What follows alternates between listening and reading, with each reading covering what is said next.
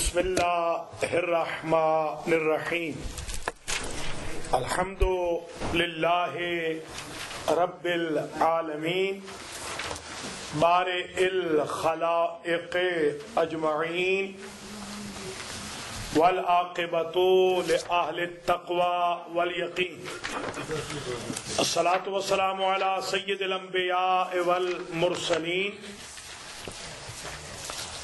سیدنا و مولانا ابو القاسم محمد ثم الصلاۃ والسلام علی اہل بیتہ الطیبین الطاہرین المعصومین اما بعد فقد قال اللہ سبحانہ وتعالی فی سورۃ المؤمنین، سورۃ المؤمنون آیت نمبر 93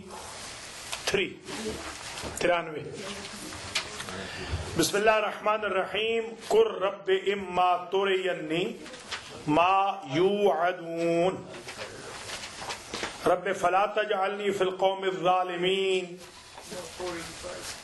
وإنا علی ان نریک ما نعدهم لقادرون ادفع باللتی ہی احسن السیئہ۔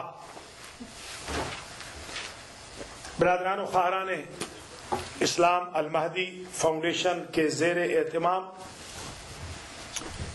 المہدی سینٹر بروکلن نیو یارک میں بسم اللہ سے والناس تک درس تفسیر قرآن کی نشست نمبر 205 کا آج آغاز ہو رہا ہے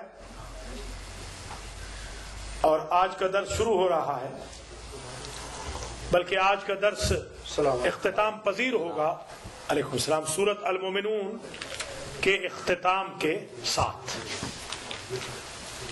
گزشتہ درس میں یہ عرض کیا تھا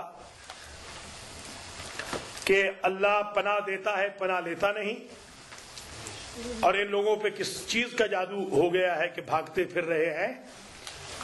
اللہ عالم الغیب و شہادت ہے اور اللہ ہر اس صفت سے پاک ہے جو یہ اس کی طرف منسوب کرتے ہیں۔ آج کا درس شروع ہو رہا ہے آیت نمبر 93 سے، کیونکہ اس میں کوئی خاص ایشو نہیں۔ ایک تو برزخ کا ایشو آ جائے گا، ایک ان لوگوں کا ایشو آئے گا جن کے چہروں کو آگ قیامت کے دن جھلس دے گی، پھٹکار کا ذکر آئے گا، اللہ کی آیتوں کا مذاق کرنے والوں پر جو پھٹکار پڑے گی، اور ڈائلاگ آئیں گے کہ تم یہ کہتے تھے نہیں اٹھے گے، اٹھے ہو کہ نہیں، اور اینڈ میں رب اغفر ورحم وانت خیر الراحمین کے ساتھ یہ سورت مکمل ہوگی، اور سورۃ النور انشاءاللہ آج شروع کر دی جائے گی۔ مرادہ فرمائیے آیت نمبر 93 قل رب اما ترینی ما یوعدون، اے میرے حبیب کہہ دیجئے یہ لام اور را کا قانون کیا ہوتا ہے؟ یہ قر کیوں ہے؟ لام کیوں چلی گئی؟ یرملون میں لام اور را اگر اکٹھی آئے تو کیا ہوتا ہے؟ لام ختم ہو جاتی ہے، حذف کر دی جاتی ہے، قر۔ اسی لیے را کے اوپر شد ہے۔ یہ دلیل ہے کہ قاف کے ضمہ کو را پہ ڈالیں گے، لام کی جزم نہ ہونے کے برابر ہے، لام لکھی جائے گی، پڑھی نہیں جائے گی۔ ایک اور کیا چیز ہوتی ہے سید صاحب کہ جو لکھا جاتا ہے پڑھا نہیں جاتا؟ کون سا حمزہ ہوتا ہے؟ حمزہ وصل۔ شاباش، حمزۃ الوصل۔ کوئی مثال دے دیں حمزۃ الوصل کی۔ وصبر وصبر وصبر، فصبر، فصبر اسبر تھا، فصبر یا وصبر یا واللہ و اللہ تھا، ہے نا جی۔ اچھا، قل رب کہہ دیجئے میرے حبیب کہ اے میرے رب اما ترینی ما یوعدون، اگر تو مجھے دکھا دے میرے رب جس کا تو نے ان سے وعدہ کیا ہے تو میں بڑا شکر گزار ہوں گا۔ رب اور میرے رب فلا تجعلنی فی القوم الظالمین، مجھے ظالم قوم میں قرار نہ دینا۔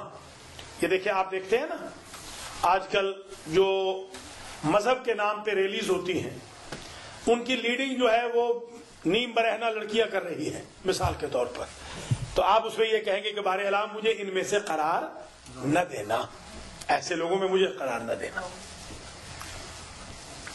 قل رب اما ترینی ما یوعدون رب فلا تجعلنی فی القوم الظالمین وَإِنَّا عَلَىٰ أَن نُّرِيَكَ مَا نَعِدُهُمْ لَقَادِرُونَ، اور جو وعدہ ہم ان سے کرتے ہیں ہم یقیناً قادر ہیں کہ وہ تمہیں دکھلا دیں۔ یہ اللہ فرما رہا ہے کہ اے میرے حبیب آپ نے ڈیمانڈ کی ہے نا کہ دکھلا دے، ہم دکھلانے میں قادر ہیں، گھبرائیے نہیں آپ۔ ادفع باللتی ہی احسن السیئۃ، برائی کو اچھے طریقے سے آپ دور کیجئے میرے حبیب۔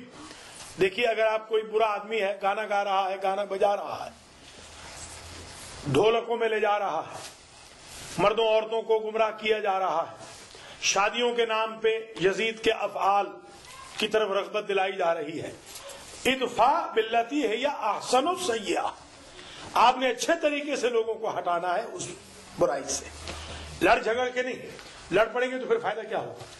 لڑنا نہیں ہے، لڑے نہیں بلکہ آسن طریقے سے دور کریں۔ ادفع، اے میرے حبیب دور کیجیے آپ، باللتی ہی احسن، اپنی اچھائی کے ساتھ۔ کس کو دور کیجیے؟ السیئۃ، برائی کو۔ برائی کو دور کریں گے اچھائی کے ساتھ۔ گانے کے کیسٹ ہٹوانے ہوں تو یہ نہ کہیے کہ تجھے شرم نہیں آتی تو گانے سن رہا ہے، اس کو کہیے میرے بھائی یہ میں قرآن کے درس کا ٹیپ دے رہا ہوں، سی ڈی دے رہا ہوں، مہربانی کر کے اس کو سن لیجیے گا۔ اس طریقے سے ہٹائیے، ورنہ تو وہ دشمن ہو جائے گا۔ نحن اعلم بما یصفون، ہم بہتر جانتے ہیں، ہم جانتے ہیں، بخوبی جانتے ہیں، بما یصفون، جس کی یہ وصف کر رہے ہیں۔ وَقُلْ رَبِّ أَعُوذُ بِكَ مِنْ ہَمَزَاتِ الشَّيَاطِينِ، کہیے میرے حبیب کہ میں پناہ مانگتا ہوں تیری، اے میرے رب، کس سے پناہ میں آتا ہوں تیری پناہ میں؟ من ہمزات الشیاطین، شیطانوں کے وساوس سے۔ ہمزات کا معنی وسوسے سے، جی، وساوس شیطان سے میں پناہ میں آتا ہوں۔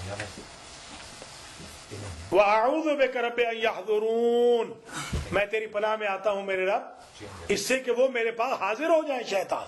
بار الہ حضور فرما رہے ہیں کہ میرے پاس شیطان حاضر نہ ہونے پائیں۔ اب آپ بتائیے جب حضور کے دربار میں شیطان آ سکتا ہے، آپ کس بات کی مولی ہیں؟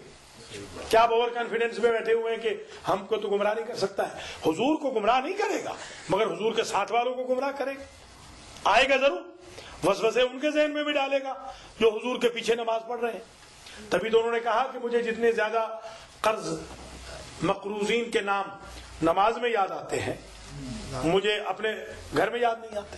یعنی شیطان اتنا میرے اوپر حاوی ہو جاتا ہے کہ جن جن سے میں نے قرض لینا ہوتا ہے وہ نماز ہی میں آ کے مجھے بتاتا ہے کہ فلاں فلاں سے تم نے قرض لینا۔